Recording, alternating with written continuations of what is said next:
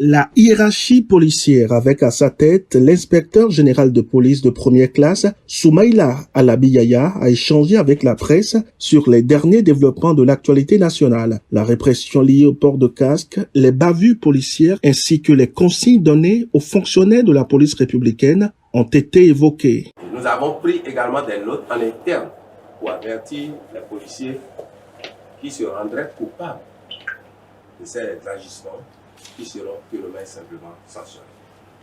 Alors, pour ce qui concerne ces canaux, c'est les canaux habituels que vous connaissez, le 166, et qui est gratuit d'ailleurs.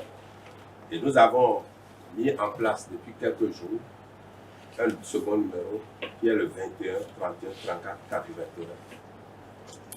Et par ce biais, nous pouvons être informés. Nous avons également la possibilité d'écrire sur les mails professionnels de la police républicaine. On a un site.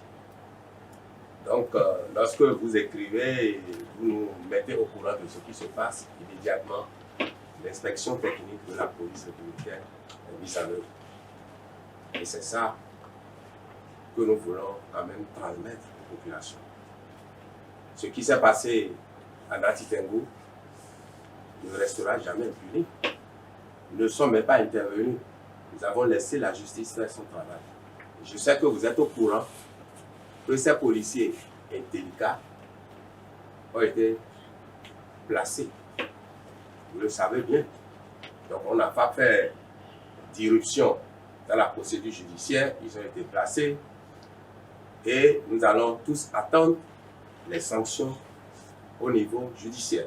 Mais pour ce qui concerne les sanctions au niveau disciplinaire, les chefs hiérarchiques ont été instruits de déclencher la procédure habituelle, la procédure disciplinaire habituelle, qui va de la demande d'explication, c'est-à-dire le droit de s'expliquer, ils doivent s'expliquer, et après ça, les rapports habituels qui vont être faits jusqu'au rapport de punition. Et ces individus-là, je les appelle individus parce qu'ils doivent mieux comprendre ce qu'on leur dit. Ils passeront devant le conseil de discipline. À ce stade de la répression, les frais de Fourrière ne sont pas pour le moment engagés, rassure le directeur général de la police républicaine. Chaque citoyen doit être conscient. Et c'est ça qui justifie les sensibilisations que nous faisons en amont. Lorsqu'on te prend une première fois parce que tu n'as pas porté le casque, on t'inflige une contravention et tu paies la contravention. Je crois que tu dois comprendre que la prochaine fois, tu dois te mettre en règle. Si tu ne te mets pas en règle, c'est que tu as choisi d'être en porte-à-faux avec les lois de la République. Si on te retrouve la prochaine fois, on te sanctionne encore.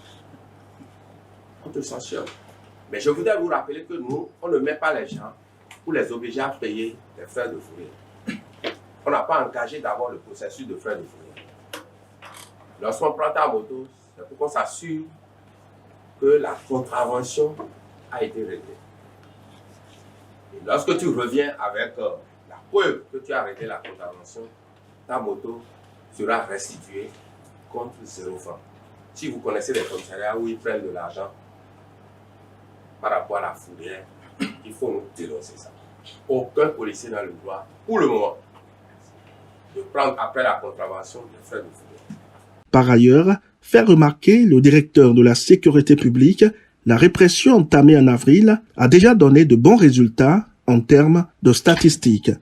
Seulement pour le mois d'avril, on a enregistré qu'un seul décès lié aux accidents impliquant les motocyclistes.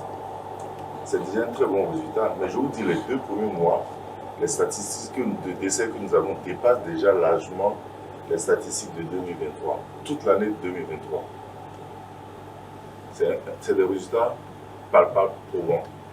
Donc cette lutte qui se fait, franchement, ce n'est pas pour la police, c'est pas l'État, mais c'est pour la population. Il est très important de revenir sur ça et encourager que le travail se poursuive. Nous sommes déjà au 15 du mois d'avril, on a un seul cas. En masse, ça a été légèrement, mais c'est aussi un chiffre très, très négligeable. Mais je vous dis, le janvier, février, ces 2 premiers mois dépassent toute l'année 2024-2023. La police républicaine reste une institution au service des populations selon la hiérarchie policière.